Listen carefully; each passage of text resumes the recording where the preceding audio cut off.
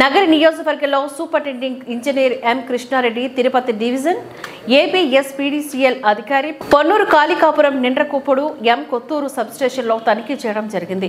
విద్యుత్ సిబ్బందికి ఆదేశాలను జారీ చేశారు.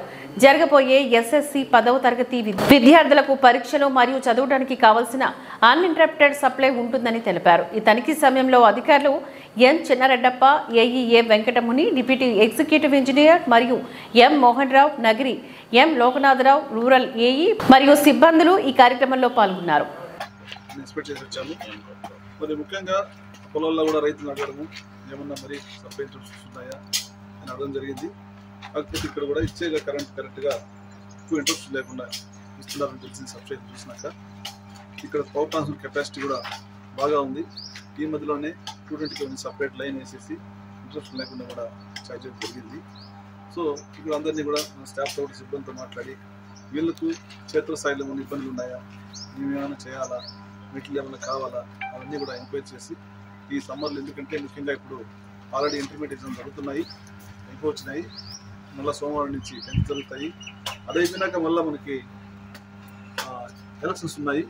ఇవన్నీ కూడా వీళ్ళకి అందరికీ కూడా అలర్ట్ చేసి 4 గంటలు కూడా మీటింగ్ పెట్టుకున్నాము. అందరూ ఏఈలు ఏడీఎస్ కూడా అలర్ట్ చేసేసి ఈ సప్లై ఇంట్రెస్ట్ అంతరాయాలు లేకుండా చూడాలని ఒక చేస్తున్నాము.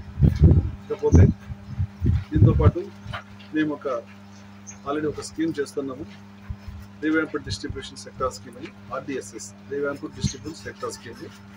ఈ స్కీమ్ వల్ల ఏంటంటే అగ్రికల్చర్ ఫీడర్ పోతూ ఉంటుంది, దాని పక్కన సపరేట్గా విలేజ్లకి సపరేట్ చేసుకుంటూ లైన్లు వేస్తున్నాము. దానివల్ల ఏమవుతుందంటే భవిష్యత్తులో ఈ అన్ని గ్రామాలు కూడా మనం 3 ఫేజ్ లైన్ లాగితే అక్కడ 3 ఫేజ్ ట్రాన్స్ఫర్ పెడతాము.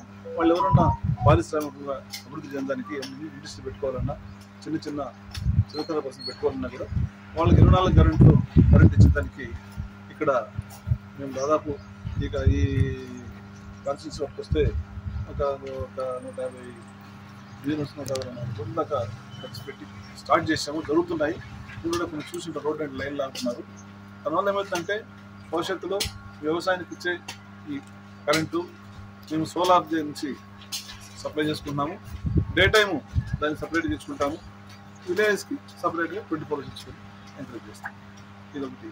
ఇంకా ఈ ట్రాన్స్ఫార్మర్స్ ఏమన్నా సకాలంలో మార్చట్లేదా, ఫెయిల్ అయితే మరి గ్రామీణ ప్రాంతాల్లో అయితే మేము 45 గంటలు మార్చాలా, పట్టణ ప్రాంతాల్లో 24 గంటలు.